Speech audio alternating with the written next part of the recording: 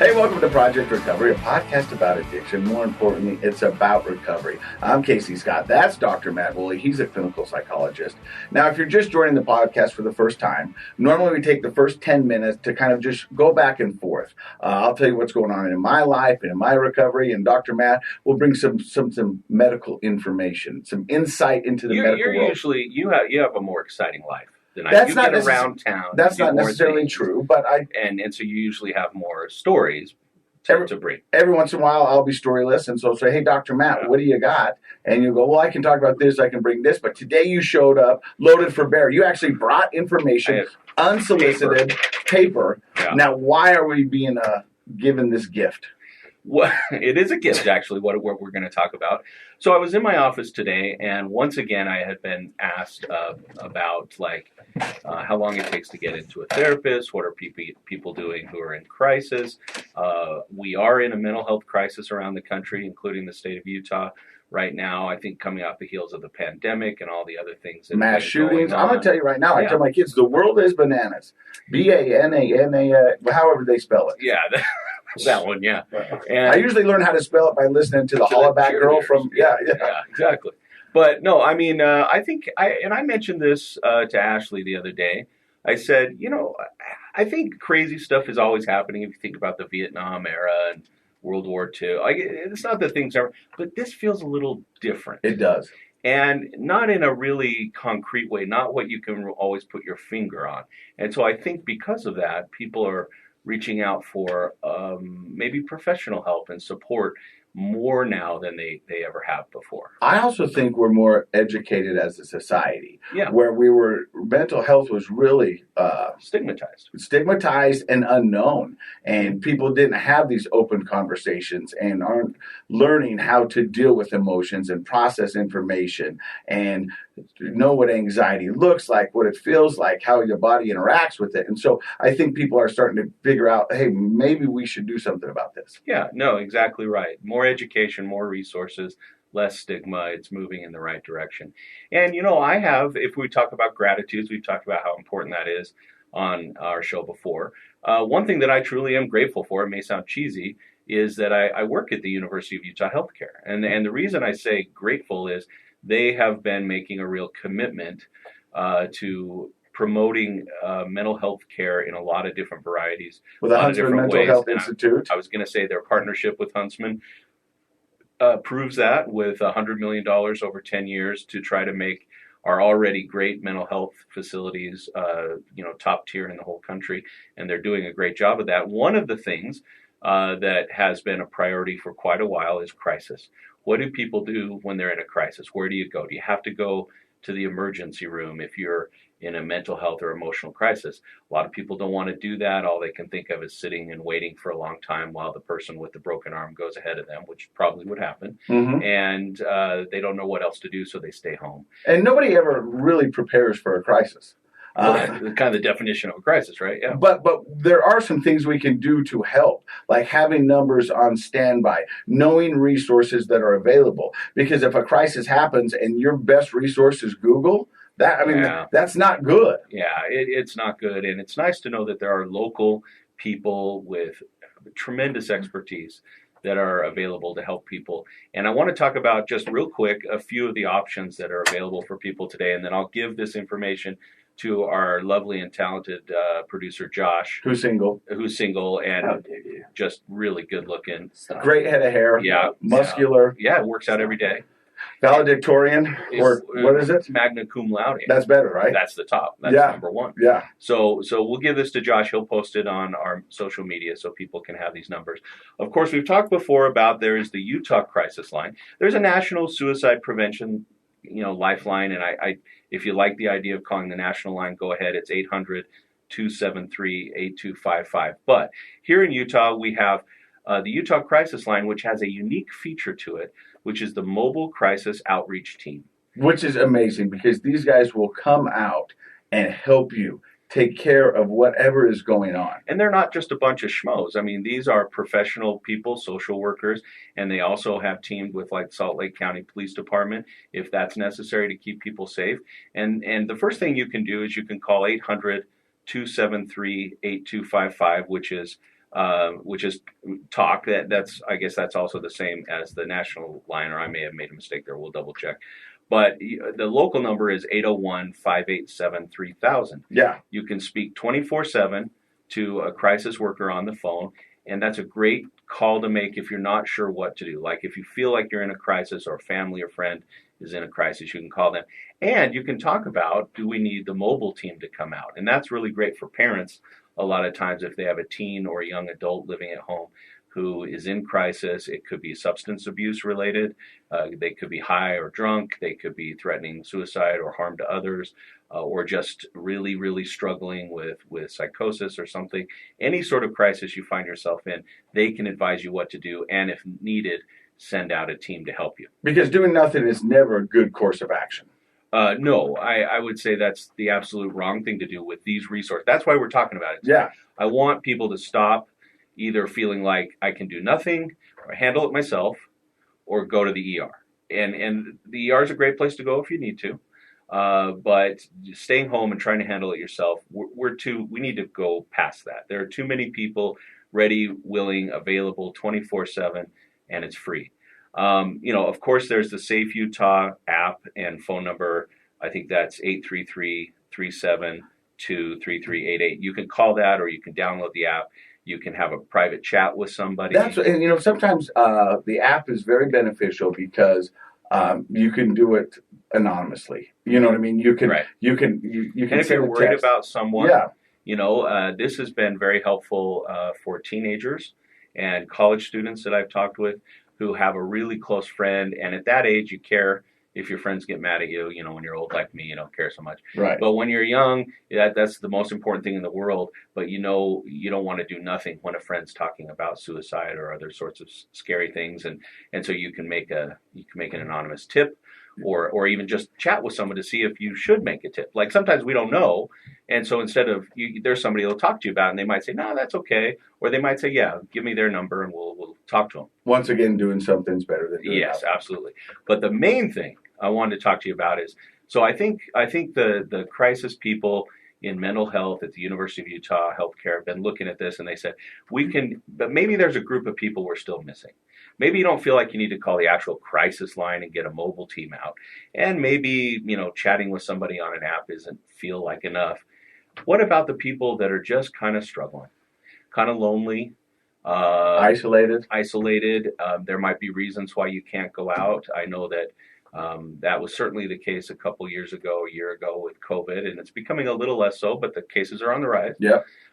What if you're on a list to see a therapist and it's going to be a couple of months?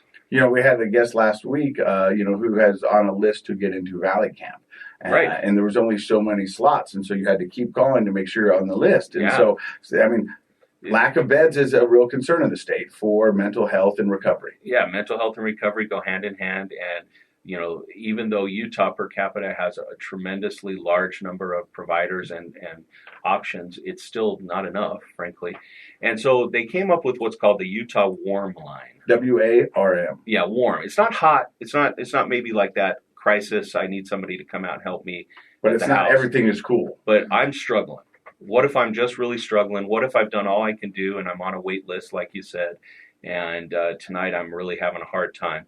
There's the Utah Warm Line, and this is intended for people that really need a good listening ear.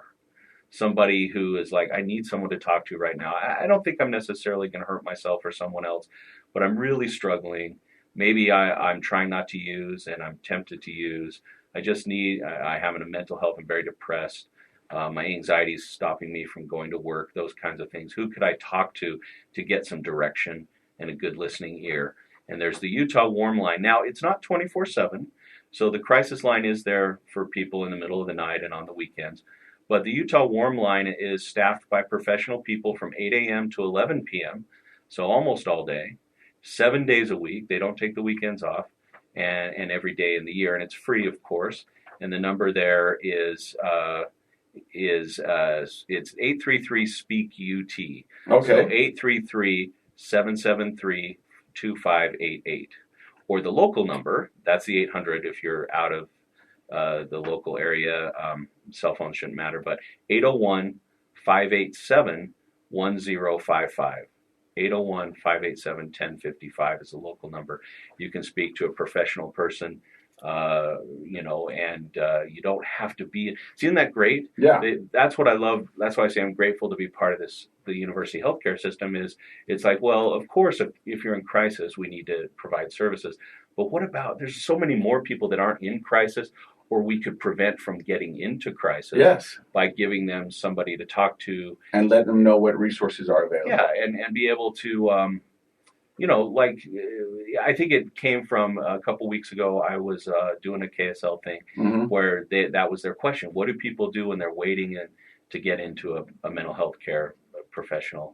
And this is a good thing to do, is if you've gotten yourself on a list and you're waiting to get in, but you're still feeling real low, like you'd like to speak to somebody, or you have questions about mental health, that's a great resource, is the Utah Warm Line. And I also just got this. Starting in July, the National Suicide Prevention Lifeline number will be upgraded to a 3-digit calling code, similar to 911. But for mental health support, the new calling code will be 988. That'll be starting in July. So anywhere in Utah, and they're adopting it in states as they get all the budget. Yeah. So 988, starting in July, you can use that if you're in a mental health crisis. Great. Yep, Yeah. 988. Yeah. So kind of like 911, but 988. Yep. Great. And speaking of mental health and doctors and resources, we've got a guest today that's going to be able to help us on all fronts. Right. Her name is Amy Harris, and believe this or not, she's from Morgan, Dr. Matt. The best people are from Morgan, right? I think. Well, but that should tell you right now that we've been doing this podcast for 3 years. Yeah. And the small little town of Morgan, Utah. Right. My hometown. With surrounding areas, maybe be 10,000 people. At this point, I think it probably is close to that if you do the whole Morgan Valley. Yeah. We've had 5 guests.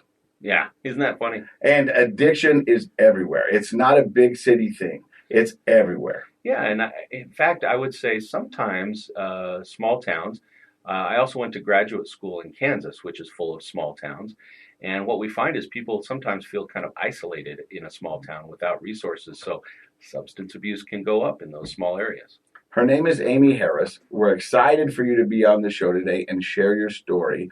She's going to share her story of addiction, recovery, and what she's doing now. Next week, she's going to take the medical boards to become a registered nurse. Yeah, isn't that exciting? It's amazing, and it's a story I want to hear. You're listening to Project Recovery right here on KSL.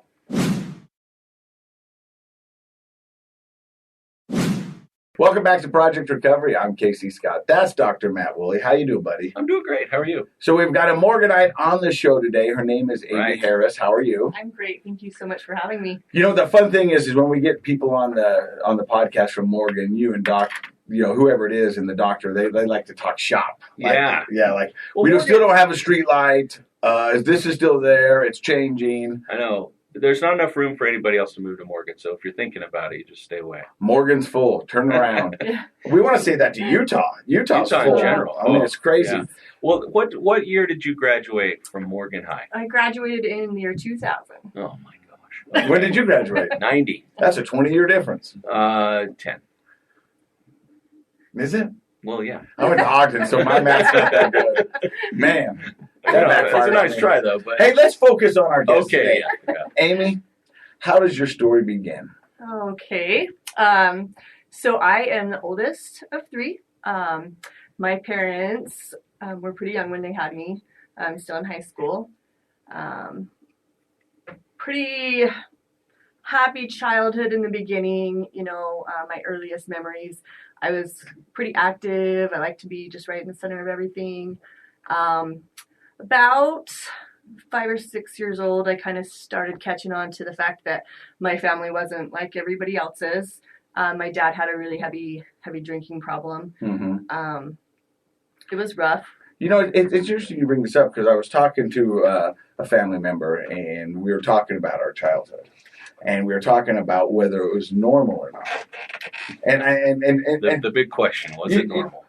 But for me, I go, yeah, because that's all I knew. Right. You know what I mean? And so I didn't know anything different. And I thought everyone's normal is a little different. Yeah, but I thought all the things that I was dealing with in my house were not exactly the same as others. But, the major kids are points. egocentric. So they see the world from their own point of view. And that's okay. That's how it's supposed to be when you're young. And so, yeah, you make the assumption that, whatever we do at our house is what happens at other people's houses. And then you grow up and you realize, no, not even close.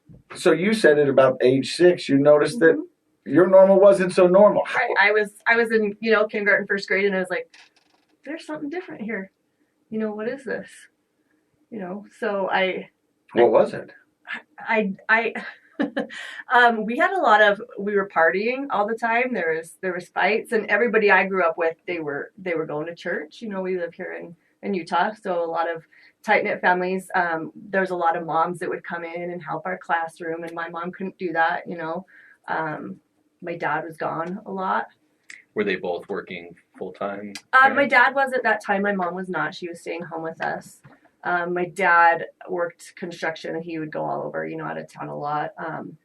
I didn't realize at the time, but there was some jail time served, there. Looking back, I was like, oh, now I see that, So I started noticing that, because I'm around a lot of other kids now, in kindergarten and stuff. And I just, it's funny because I do remember is partying, thinking that, like, I would go to the store. This is when you could, like, smoke in Kmart and stuff. And I would be like, okay, what people are smoking and what people are not, what people are buying beer and what people are not. Like, I started noticing that, which is weird, right? At 6 years old to start thinking that, and I was like, okay, you know what? My dad's cool. Like, I thought he was like this cool, handsome guy. He had this strut. He drinks beer and he parties, and that's what I want to do, And I started taking inventory of people around me. Yeah, I mean, that makes sense. I mean, we start to, like you're saying, we kind of identify with our parents and what they do. There's a certain period of a window of time as a kid where you want to be like your parents and you think they're kind of the standard. So, yeah, absolutely. And then a little girl to her dad, that's sort of a particular kind of admiration that happens. And I'm sure that you're kind of thinking, yeah, my he's the man. Yeah, I did. And so, do you remember the first time you tried alcohol? Oh, yeah. It was a Super Bowl party. And, we're partying up. All my dad's family's there. And I was like, I'm going to drink. I was probably like 7 years old the first time I tried alcohol. And I was like, cool. And you were saying earlier that parties at your house were pretty standard, pretty normal. Yep. There's a lot of parties. So just for the listeners and maybe for me, what does that look like when you say partying at your house? What was going on? So my mom was a normie. Like, she didn't drink a lot. It kind of made her sick. But my dad's side of the family were really heavy drinkers. So we would have my dad's brothers all come over, their wives, some friends. And we just drink and drink and drink. So your house was a happening place. That was a place where all the aunts and uncles and their friends came. So you're around. You're the oldest. And that's kind of unique too, because as the oldest children tend to identify with their parents because they don't have older siblings to identify with. So you probably wanted, and correct me if I'm wrong, but you probably wanted to be around the action because you felt like a grown-up. Oh, heck yeah. I wanted to be right there in the middle of it. And that might have that was my explained thing. why at 7 you were like, I want to do what they're doing. I want to try a drink. So did you sneak the drink? Or did somebody offer you the drink? Or was it like, I'm just wondering what your mindset was like, I'm just going to take this beer. I'm going to go out back. I'm going to see what this is all about. It was a mixed drink just sitting there on the table. And I was like, cool, I'm going to drink it. My mom definitely would have stopped me. But I think my dad would have been like, oh, this is cool. Let's give this kid some booze. This kind of. And it's interesting you mentioned that your parents were still in high school when they had you, and we'll get to how you feel about your parents and what your relationship with them is like. But just from that point of view, the term arrested development often comes up when a person at any important developmental stage gets their development interrupted.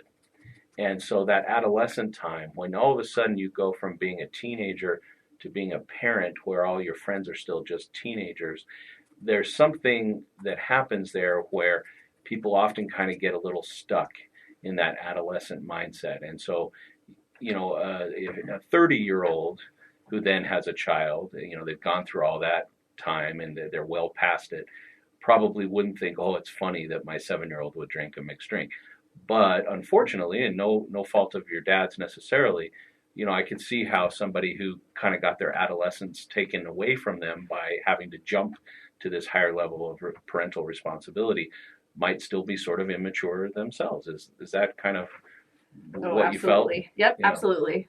And as we go through. I can relate a lot to that. So you drank for the first time at age 7. Do you remember it changing you in any way? Do you remember feeling the effects of the alcohol?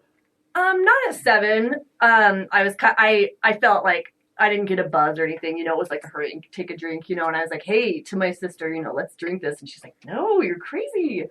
Not at 7, no. I just thought I was cool. Like, yeah. No, I get drank, it. Yeah. Like, I mean, similar to me. I mean, I'm sure that I have a pretty similar story to that. I mean, my parents had the party house. When people came over, nobody walked in empty-handed. It was either a couple of bottles, 12 packs, whatever it was, because they were there to party, and that was it. And it was Friday night boxing. It was Saturday night this. You know what I mean? Any event was an event to show up with alcohol. And we partaked in it, and it was okay. And so this is a good example of, some people grew up in homes where their parents entertained a lot, and some people didn't. My parents didn't really entertain, and so I didn't have any, like lots of adults coming over and spending, but you guys both did, and that's just a unique difference of our upbringing. I can remember being 8 years old and my dad inviting his friends over because they were building a bar. They were building a bar in our house, and it was a nice bar, and there was a pinball machine next to it, and that was the focal point of his group of friends for probably the next 10 years. Yeah. You know what I mean? To go to the Scots, they got a bar, and it was loaded. And I mean, and all the kids, they bring their kids over, and we'd run around outside, and we'd play around, and I mean, that was our friend group. It was. So after 7, when did you drink again? Oh, probably not till junior high. I think I was probably 11, 12. Still very young. Young, yes, young. And did life just kind of keep going on through elementary the way it had been, with lots of parties at the house? So my parents, let's see, around, I think I was 8 or 9, they did get divorced. My mom couldn't take my dad anymore. My dad was a really cool guy, when he was sober, but drinking, he was just not, very like physically, emotionally abusive. My mom was able to get out of that, and I admire her for that. My mom's a really strong woman. And so at that time, my dad just kind of took off, and I remember the day he left, it was heartbreaking for me. My mom threw all this stuff into this big old duffel bag, and I just, I wrote a note to my dad, I love you so much. I'm going to miss you, please come and see me. And he didn't, he was gone for a couple of years. So my mom found a way, we found an apartment. It'd been a couple of years. This time I'm probably like 11, 12. And I come home from school one day and my dad's there, I hadn't seen him for a couple of years. And I just thought, oh, this is cool. Like my mom and dad are going to get back together. I miss my dad. And so we started having visitation with my dad, and so that was good. Or around that time, 12, 13, my mom did get remarried, and that's when we moved to Morgan. And I was coming from Layton, so it was a pretty busy area in Layton, and we were going to Morgan that I'd never even heard of at that time, Which is only 20 miles away. Right, but I was like, Morgan? To this day, lifelong Utahns have no idea where Morgan is. I'll say I'm from Morgan, and they'll have no idea. What's that? Yeah, which I kind of like. So we moved to this small town, and I'm like, this is gonna suck. Like my life sucks, But I got there, and I was pretty popular because it's a small town, and I'm a new girl. Yeah. So, just started hanging out. I was kind of more interested in the kids that were hanging out in the parking lot. That's just, I wanted to party. And I think I just was upset at the whole situation. I still was holding on to this like need to have that relationship with my dad. I had a stepdad. I was in a small town. Well, and I can't think of a harder age to move. Yeah. Really, junior high is for all the parents out there, if you can avoid moving your kids during junior high, you should, because that's such a critical developmental period socially for kids and their identity, and that's just a tough time to move. So, I mean, you got to stop, and you've probably done this in your recovery process, all that was happening to you. You know, your dad's back, your mom's remarried, you're living in a city, you're moving to the country. I mean, that's a lot for an adult to process, let alone a 12-year-old. Yeah, for sure. So you gravitated towards the parking lot crew. Yeah, I did. Well, those kids are often some of the very most welcoming. Yeah. Yeah. Because your only fee for admittance is willingness to party. Yeah. They're just looking for a good time. Yeah. Yeah. Don't snitch. Come hang out with us, and you're in. Right. Yeah, pretty much. So I started getting in trouble, and my mom's solution to that was, hey, you know, why don't you get a glimpse of what this kind of life is? Like, you're going to go live with your dad. Oh, into the fire, huh? So scared straight tactic, kind of. Yeah, that's what she was thinking. So I went to Roy, live with my dad, and it was okay. It was the same thing, you know, as before. Your dad was still drinking? Heavily, and his wife heavily drinking. There were a lot of fights. There was a couple times I had to call the cops because of their fights physically.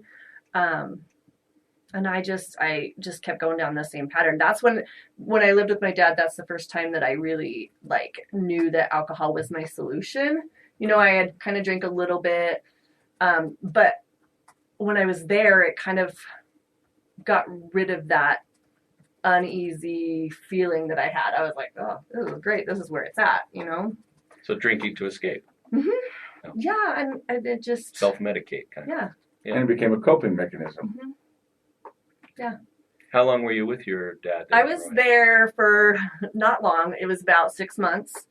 And then it was our summer vacation. So I went to spend time, you know, went back to my mom to spend summer with my mom. And he was like, okay, well, you know, you spend a couple weeks up there and then, you know, we'll come get you before the school year starts and we'll get you back in school. And I mean, looking back, this is probably the best thing that happened, but he never came to get me, you know?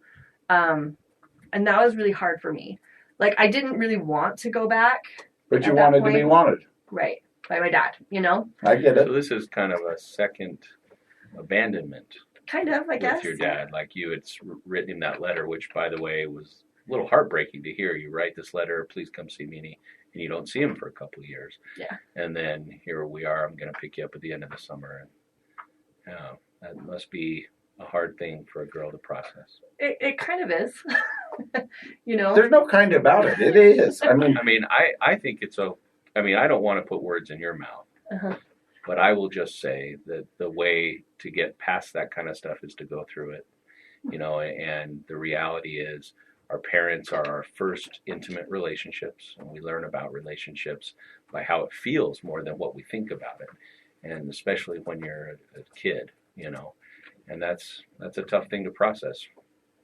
It was, you know, at that point I was sad for a minute and then I got angry.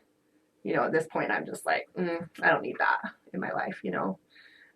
So I'm good for a minute, still doing my same thing, hanging out with the wrong crowd. I mean, they were great people. I don't like saying the wrong crowd because they were great friends. No, I know what you mean 100%. Yeah. I mean, I hang with the same people. As a matter of fact, I still hang out with the same people who party. I just know that I can't do it. Yeah. And they're doing the best they can with what they have and what they know, and it's not their fault. Yeah. So I get it. But isn't it interesting how anger is a more comfortable emotion than sadness? Oh, yeah, right? It's most definitely more. And more I would say you what you just said is a brilliant example of what most people do, whether they're kids or adults, is we can't wait around in our sadness and our hurt feelings for very long before we kind of have to do something. And for a teenager, I think the most common thing is to get angry. So what'd you do with all that newfound anger? Oh, I just partied with it. I got me a boyfriend that was quite a bit older than me, and I got pregnant when I was 16. So at that point, I was like, oh, crap. Like, I've got to change some stuff, you know. I'm going to be a mom. And he was all on board with being a dad. We tried to make it work. He didn't take well to being responsible. He's a young guy. Great guy. We're really good friends now. But it just wasn't. I was 16. That's kind not of back gonna to work my out. point is you guys are still kids. Right, exactly. I mean, I think in our society, because 16-year-olds can drive and 18-year-olds can join the Army, we underestimate that that's still a developing child's mind. Mhm. And in fact, the brain age, I mean, you're not fully developed until you're 24 or 25 neurologically. So, but we start to think 16, 17, 18, 19, these are they're like little grown-ups. No, they're not. But you know why we did that? Because back then the life expectancy wasn't that long. So at 18, that's where It's been 200 years, so maybe we ought to update the policy. Oh, I'm not we're not going to. Yeah, but I'm not disagreeing with you. But yeah, 100%. But that's why that number was what it was back then. Parents and teachers and pediatricians and other people that work with kids, they know that that's too much to put on you. And so, how did you handle that at 16? I mean, I did what I could with what I knew. Yep. You know what I mean? Like, looking back, it wasn't the greatest situation, obviously. I went to work. I went to school. I knew I had to graduate high school. I did that. I was working. 16, your sophomore, you get pregnant. Mm-hmm. Did you have the baby while you were 16 or 17? I was 17 when I had her. And so you still had a couple years of high school. Mm-hmm. Did you stay and go? I did. I finished high school. And then I worked. I was still, at that time, I was still trying to work it with her dad. We'd moved out and got a little apartment together just right there in Morgan. I was working 2 jobs. He was doing his thing. He was partying and he was like not going to work and, so I got sick of it and I left, went back home to my mom, which was hard. My mom's so, bless her heart. Like, she's a wonderful woman. But, so I went back home to my mom. At this time I decided I was going to go, to school. I wanted to be in the medical field. I kind of always wanted to go that direction. I don't know, growing up, like, you go to the doctor's office and they just seemed so important and the nurses were so nice and they just took notice of you and took care of you. And my grandmother was a nurse and so I knew I wanted to go that field, So I started school. I did like medical assisting, nursing assisting.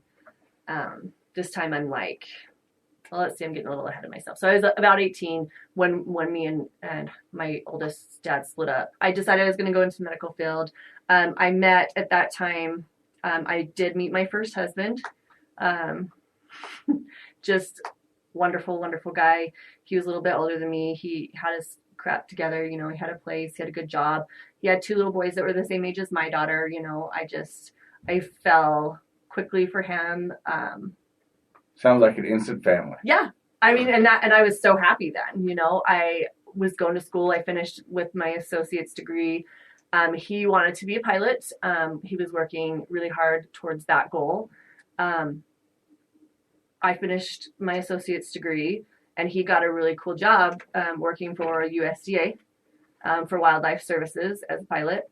We're going to find out what that looks like in just a few seconds. You're listening to Project Recovery. So you just finished your associate's degree. Mm-hmm. Your husband, you said your first husband, just landed a dream job at USDA. Mm-hmm. He's a pilot. Yeah. That's like the coolest thing. When I was a kid, being a pilot, you mentioned the doctors.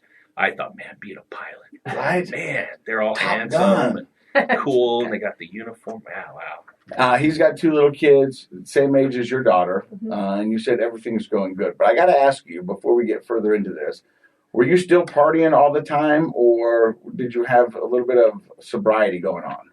No, I wasn't really partying. I mean, we would go out and I'd have some drinks, but it wasn't like getting wasted was my goal. You weren't getting tore up from the floor up? Nope. Backed up and smacked up? Nope.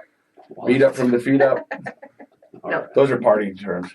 You are a wordsmith. Yeah. So you were just kind of just doing what normies do. Mm-hmm. Yep. At this point, he's got this job. I graduated school.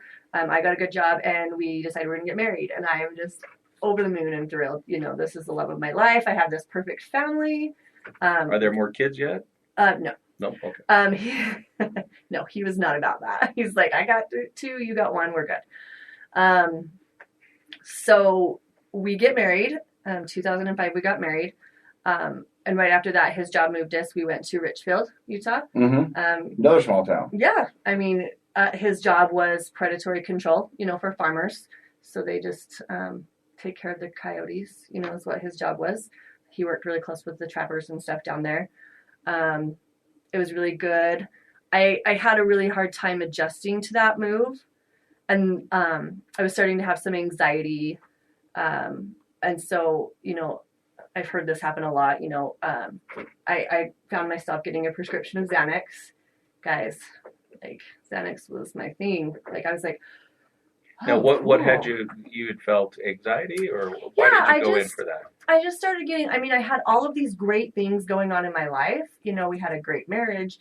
I had a great, before we moved, I had a great job. It was hard for me to move. It was hard for me to, and that's where I started having a lot of anxieties.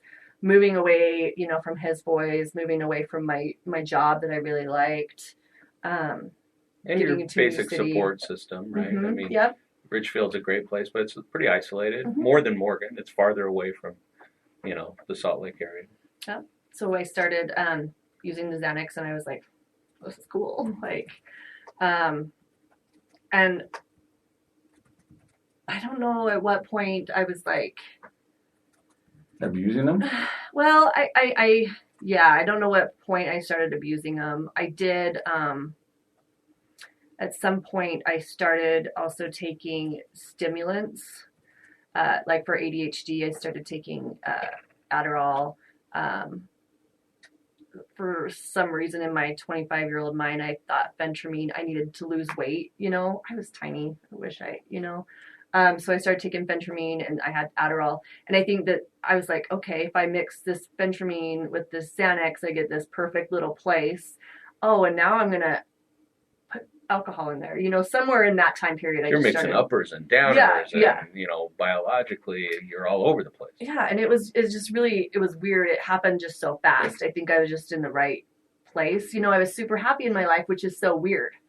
That I started having all this anxiety, and I started using substances, But that's the interesting thing about addiction. Most people think when you get into an addiction, it's because some sort of trauma, which a lot of it is, or some anxiety, or something bad in the family. But sometimes people get into it when everything's going okay, or so they think. Yeah, I mean, it can be that way. I mean, I don't know if you need to tell your story the way you want to, but I will say that sometimes childhood trauma, that because we're children and we don't know how to deal with it, you can't as a child, then we get to be adults and we have our own children. Sometimes some of those feelings catch up with us and we're unprepared for it. We don't understand it.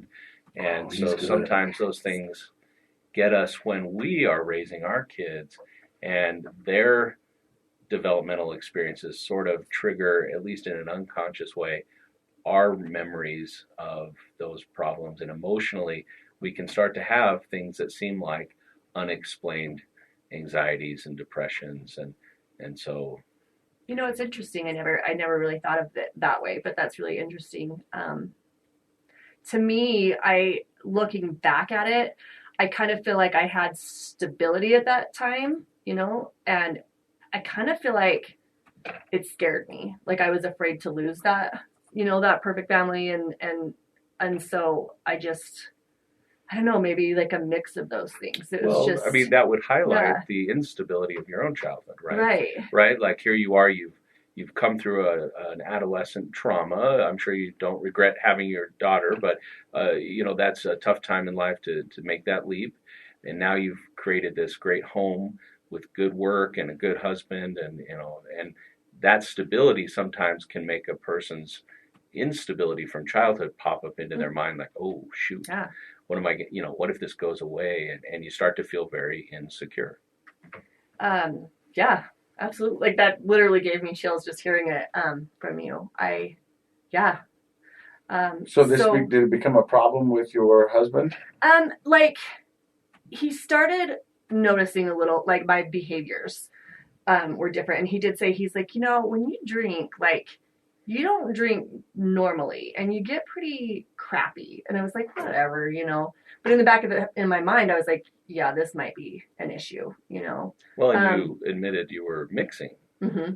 And so yeah, alcohol and a benzodiazepine like Xanax, that's a dangerous combination, let alone kind of a crazy making combination. People do a lot of goofy stuff when they're on that combo. So yeah, we kind of talked a little bit about it, and I was like, okay. At this point, my husband, this was 2007, he passed away in an accident. It was a work accident. It was an airplane crash. And so everything that I was scared of happening, losing my family, happened. And it just destroyed me. Like, it crushed my soul. I can't even, like, I still don't have words for how much it just crushed me. And I just, for a few months after that, I kind of just went through the motions. It's an undescribable situation. I was 25 years old and I lost my husband, Well, you were in shock, yeah. And that can last for a long time. And you don't have words for it, maybe because your brain goes sort of on hiatus when a person's in a shock with such a horrible life tragedy like that. So me and my daughter, we moved home to Morgan to my parents for a minute. I got me an apartment because I was like, I can't be with my parents. I've been on my own for too long, So I got me an apartment there in Morgan. I really spiraled because now I had a reason to just not care. Right. Can I ask, did you seek or did anyone suggest you get some professional support, counseling, anything like that? Yeah, so they did. They had a program, the USC had a program where they set me up with so many therapy sessions. I was kind of turned off to it at first. I walked in the office, it was really hard for me to get help in the first place. And once I did get help, I walked in and she was like pretty disorganized and I sat down and she's like, okay, now tell me why you're here. And I was like, you don't know why I'm here? It just straight turned me off of it. Professionally, that is so frustrating to hear. I was like, it was so hard for me to get here and you don't even know why. Yeah. And so I went to like one more session and I was like, it's not me. I'm just going to drink and take a whole bunch of pills, Yeah. Yeah. Well, I'm sorry to hear that. I'm certainly sorry for your loss and also very sorry to hear that that the help that should have been available dropped the ball. Yeah. So you said you started spiraling out of control. Mm-hmm.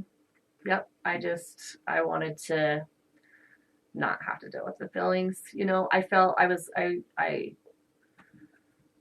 knew that my relationship with my stepsons wasn't going to last, Were they living with their mother? They were. And, like I said earlier, she did the best she could with her situation, but, and we were actually friends at the time of his death, but eventually, it just, we weren't getting along and she didn't want me in the picture and I didn't want to give up my things or, there was a lot of money issues, what was his, she wanted, or, or what was mine, she wanted, and I didn't, it just was ugly. You know how it is. Yeah. We were both doing the best we could with what we knew. Yeah. But a ton of pressure and a lot of grief and shock. I mean, those are the times often in people's lives when they're making huge financial decisions, but you're at your worst mental health state, and it's very hard. And of course, a lot of people do, maybe not act in the most rational way in those times. And you're throwing in a bunch of alcohol and pills. Oh, yeah.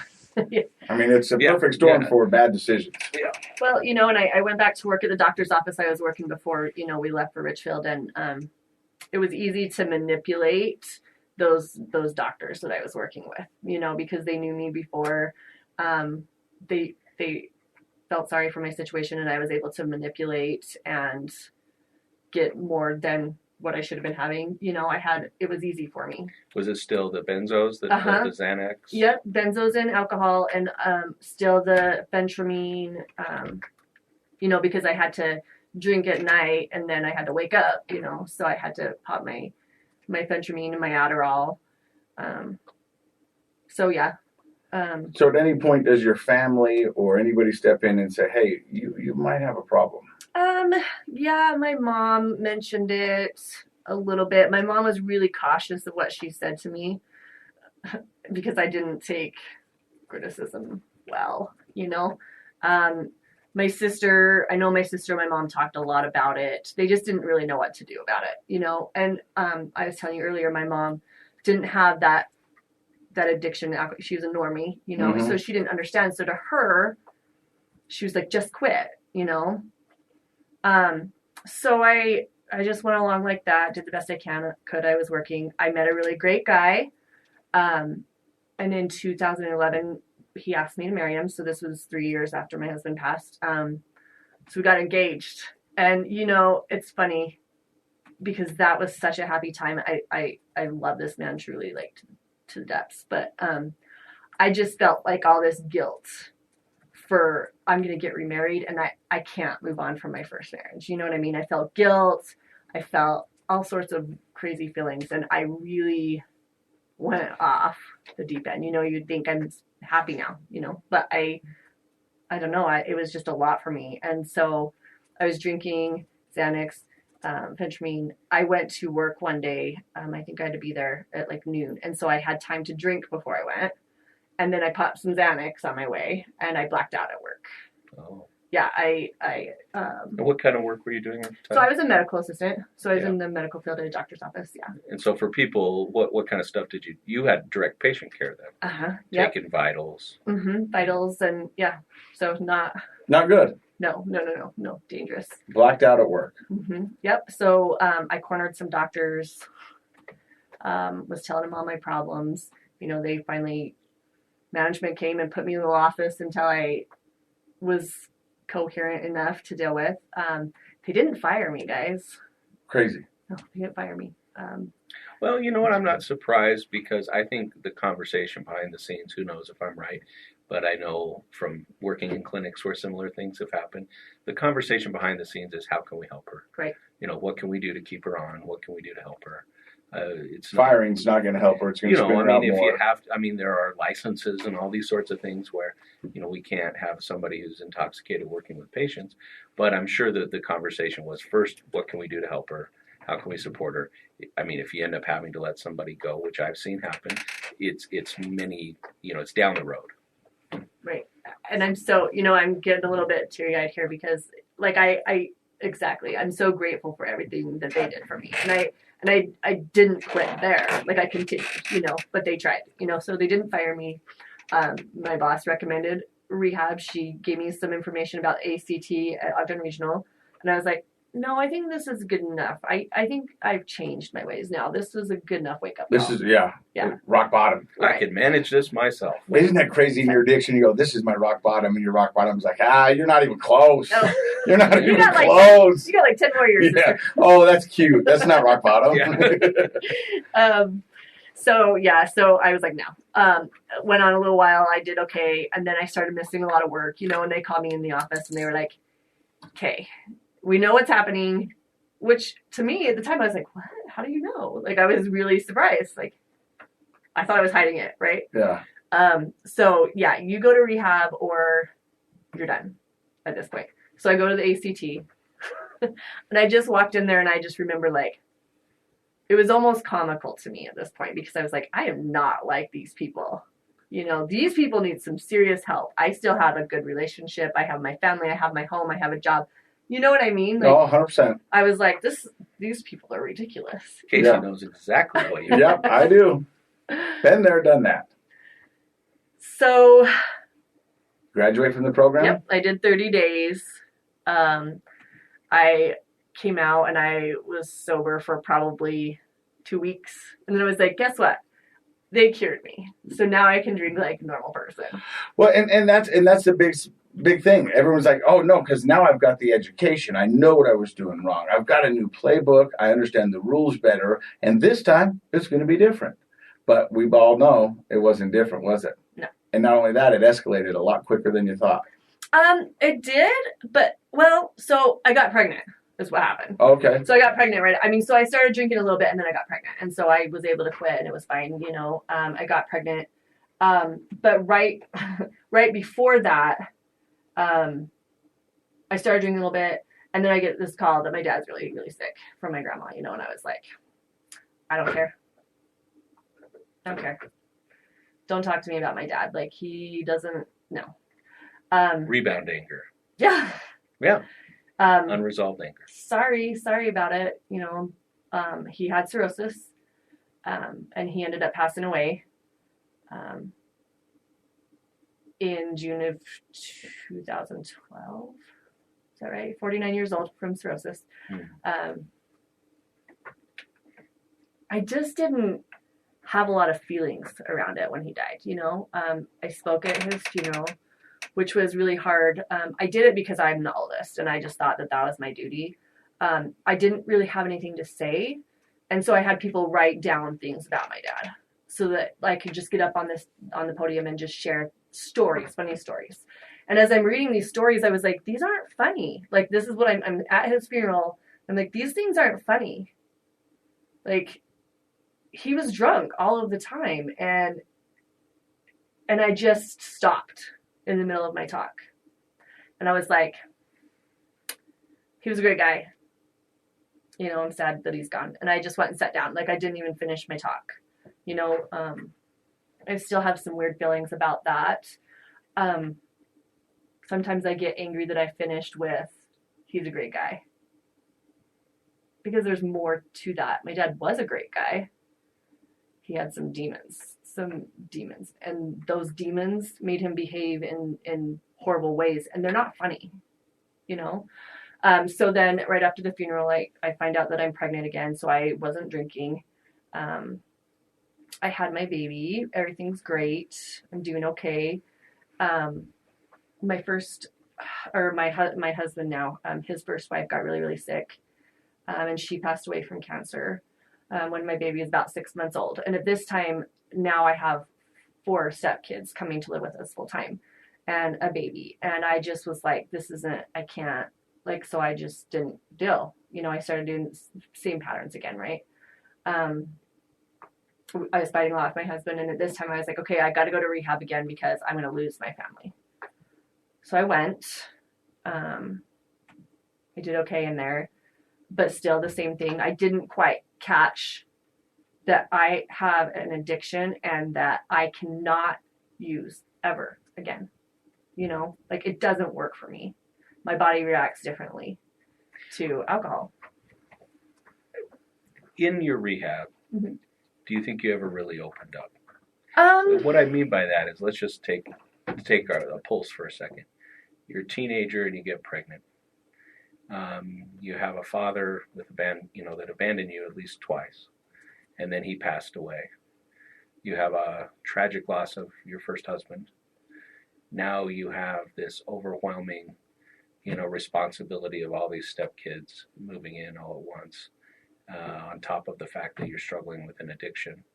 I guess my question is, I'm seeing this pattern of holding it in, holding it back, mm-hmm. doing the behaviors, but not really maybe taking the time to reach deep and understand why the addiction has got such a strong hold on you. Yeah, we could look at genetic predisposition. I'm sure that was there. You maybe a little bit more of your dad's genes in that way than your mom's.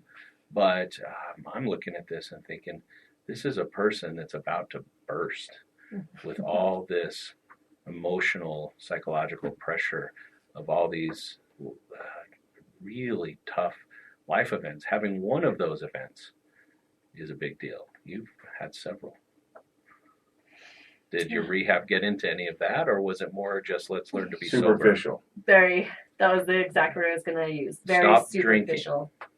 Very, very superficial. I told my story, but there was not any depth to it. You know, you downplay it. Yeah. You gloss over it. Mm-hmm. You don't really get into it. Right. I was angry. I did the whole anger thing. Did my step work. It was a 12-step, just to get out. I got out and I did okay for a minute, and then I was like, you know what? I'm gonna accept. This is how I twisted things. I'm gonna accept that I am an alcoholic addict, and I'm just gonna embrace that. Lean into it. Yeah, I was like, this is who I am. I'm gonna just. That's how it's gonna be. I did 2 rehabs. It didn't work. It's fine. So how did that go for you? Not good. I mean, I never ended up with any legal problems. A lot of things I did, I should have, I didn't lose anything. The family life was very tumultuous, the word. Yeah. I can't say it right now. It wasn't good. I was really having a hard time with my husband. I was really fighting with the kids. Understandably, they lost their mom, and here I am. I'm just messed up, I can't even. When you said that, it reminded me of my daughter's letter. And she goes, you know how much fun it is fighting with a drunk? And when that drunk is your dad. And that just gave me chills because, I mean, I understand what you're doing and you're doing the best you can and you're fighting with these kids. And, I mean, I can feel for you. It's heartbreaking. I mean, I really do. And you're leaning into it and you're trying to accept it and you're trying to, it's just so much for you to process. It was, I definitely did not handle it in a mature way. That's for sure. I fought mostly with his youngest from his first marriage. She was getting into some trouble, and I mean, at first we were really great, really close friends, but at this point we were just butting heads. Like, I just wanted to control her, and she hated my guts, and we were fighting. We got into a really good fight at home one time, and that's where I was like, okay, yeah, I got to do something. Maybe I'll go to school. I wanted to be a nurse. I'm going to quit my job and I'm going to go to school. I got to change something. But at this point, it's not my drinking habits, because that's just who I am. So I quit my job and told my husband I'm going to start school. And it was it's funny because that all stemmed from this really bad fight I had with my stepdaughter. I was like, I'm going to change, So I get enrolled in school. And guys, nursing school is super hard, and it's when you're drunk and high, it's not a good thing, No, I will actually tell you, now that I know, having worked with nurses, what nursing school is. It's competitive. I don't know how anybody gets. Yeah, and then you add drinking and being high on that. Challenging. I mean, I can imagine. And I was still. This is who I'm drinking. I do better work when I'm drunk or high. That's a lie we tell ourselves. I know. I'm smarter. I was a better golfer drinking, but it's not true. And I started stealing medications from my kids. My daughter got some prescription stimulants, some prescription Xanax. She was going through a lot because she lost her mom. I was just stealing her medications. I was hiding booze everywhere in the house. Like typical stuff. That's not typical. Not normal, no. Definitely not. Yeah. Like, I get it. Yeah. You know what I mean? Like, I too kept tequila in the garage where you're not supposed to keep it. But, yeah, it's not typical. Right. My kids called it my closet vodka. They all, they all. Yeah. So, doing that, I started stealing from my kids. And I just, one day... I didn't have a horrible rock bottom. I had taken some pills for my daughter, and I was sitting on the floor just drinking my vodka. And I've heard other people say this, and it just gives me chills still to this day. Like, I just heard a voice that was just, you can't keep doing this, right? Like, and I was like, no, I can't. It was like I kind of had this conversation with this. No, I can't. I don't know what to do. And this voice was just like, if you don't stop what you're doing right now, you are going to die. Like, it's literally giving me chills right now. Like, this, you haven't had a horrible rock bottom, but when you do, it's going to kill you. Like, it's not going to be, this is it. You've got to figure it out. Like, it was a real warning. Yeah, and it was weird. It just kind of came out of nowhere. And I called Action Recovery. I went there, it just something had changed in me. Like I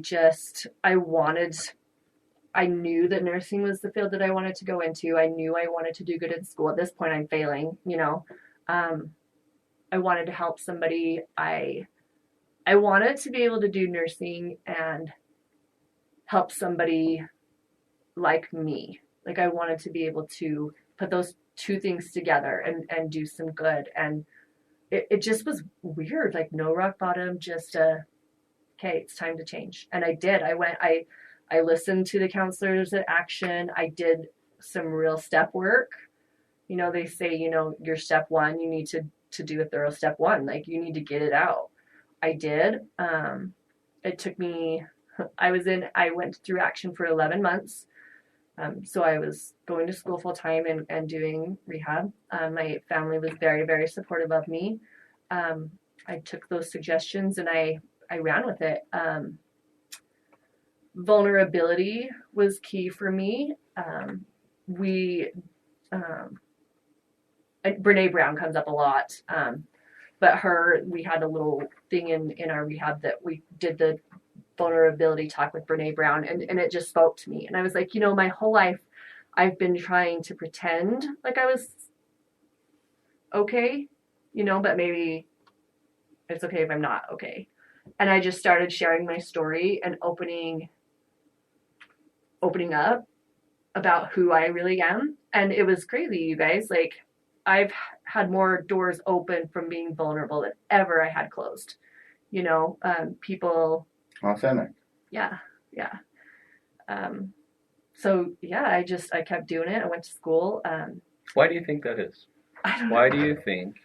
Because it sort of doesn't initially make intuitive sense, right? Like, if I put out a persona of competence and try to be only my best self and hide all the other parts, you would think that maybe people would receive us better. But isn't it true that when you're really open, you're really vulnerable, like Casey said, you're your authentic self, all of a sudden people are drawn to us and opportunities open. Why do you think that was the case in your life? Relatability, connection, people saw me as a real person with real struggles, and I think people could relate to that. I think that they maybe felt safe. I think a lot of us are just looking for that, some understanding, sation, compassion. I like the word connection that you used. I think we can't connect with a perfect person. Right. That may be nice to meet a person who presents as perfect, but the reality is you don't feel any closeness to them or connection. And that, I think, translates into all areas of life, including our professional life, right? And when you go to a job interview, if you're authentic, they're going to be more drawn to you as opposed to the person who has all the perfect answers. And for me, when you say there was no real rock bottom per se, most people think of a rock bottom as one precise incident or one moment. And it's your story and it's your life, but you've had almost an elongated rock bottom. And not to say that there wasn't moments of joy and happiness and authentic, joy in those moments.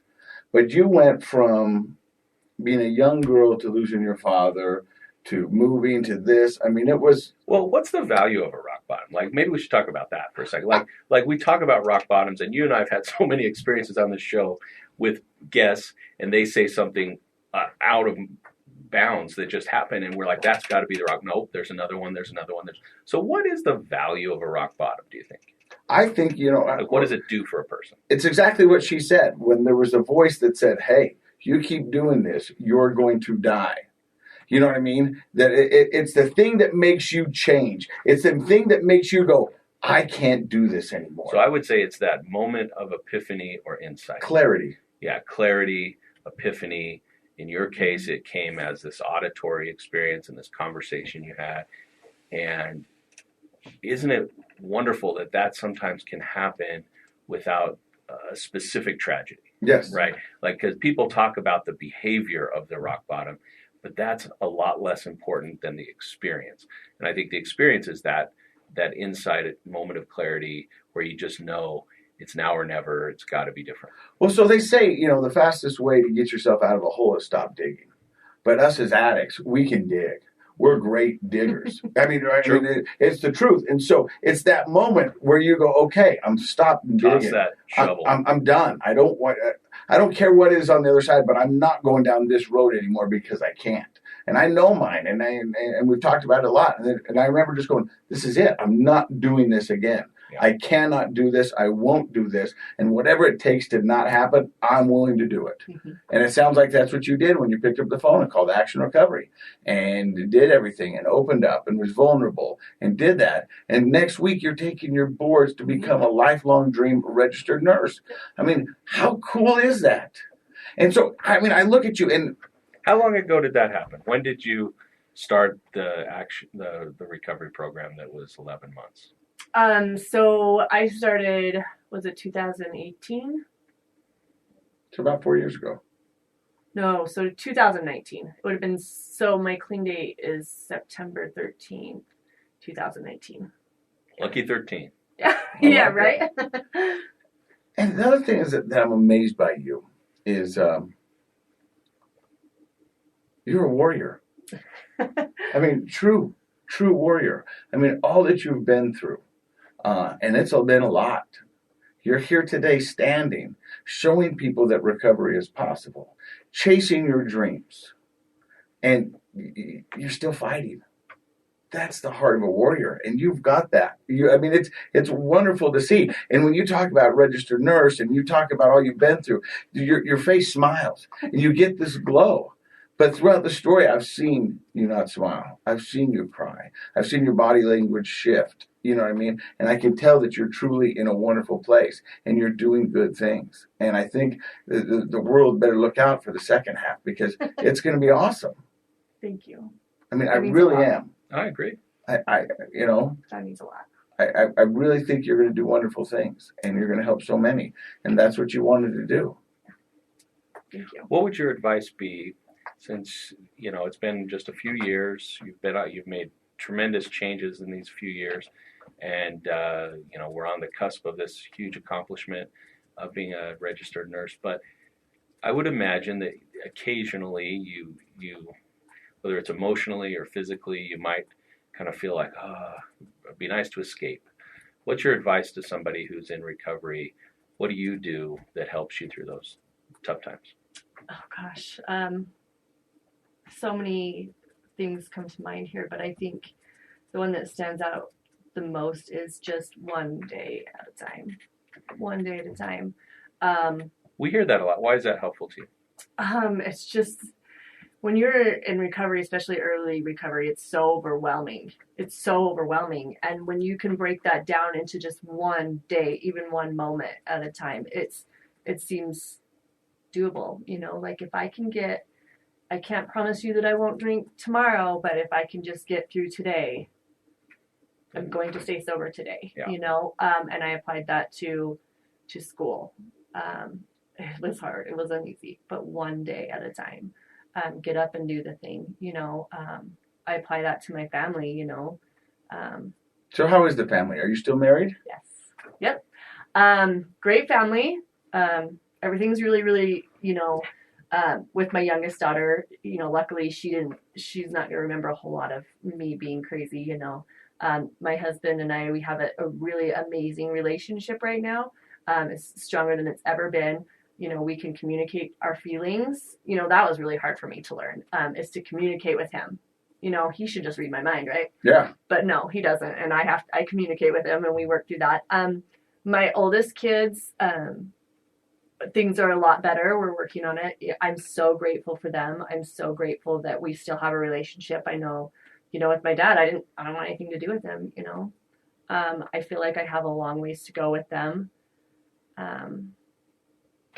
There's some amends that I need to make with them still. I have a lot of guilt.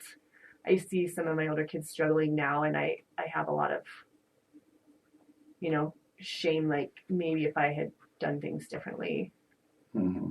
that things would be different for them, But it's awesome. It's awesome that I can be there for them and be clear-minded.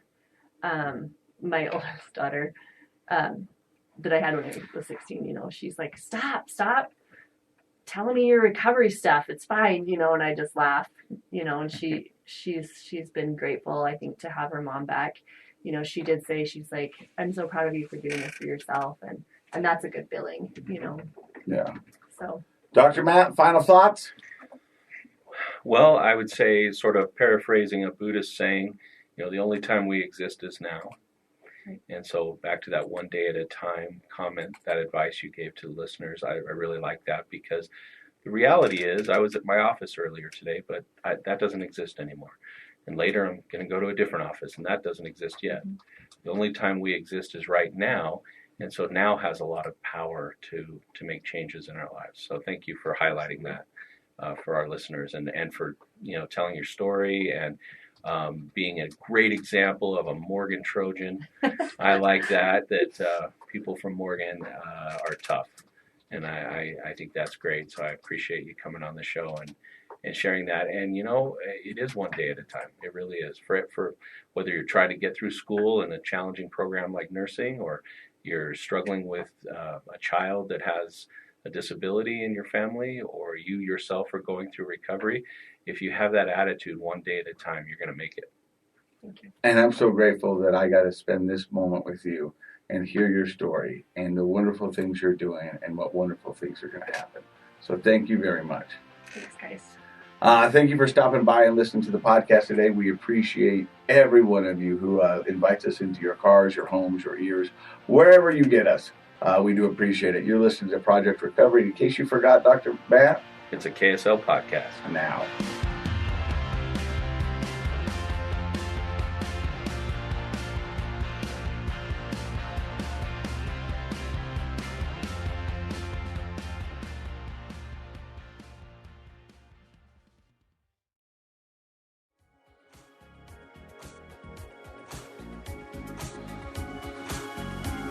The contents of this program are for informational purposes only. The program is not intended to be a substitute for professional medical advice, diagnosis, or treatment. Always seek the advice of your physician, licensed therapist, or other qualified health provider with any questions you may have regarding a medical condition. Never disregard professional medical advice or delay in seeking it because of something you've heard on this program. KSL does not recommend or endorse any specific tests, physicians, products, procedures, opinions, or other information that may be mentioned on the program. Reliance on any information provided on the program is solely at your own risk.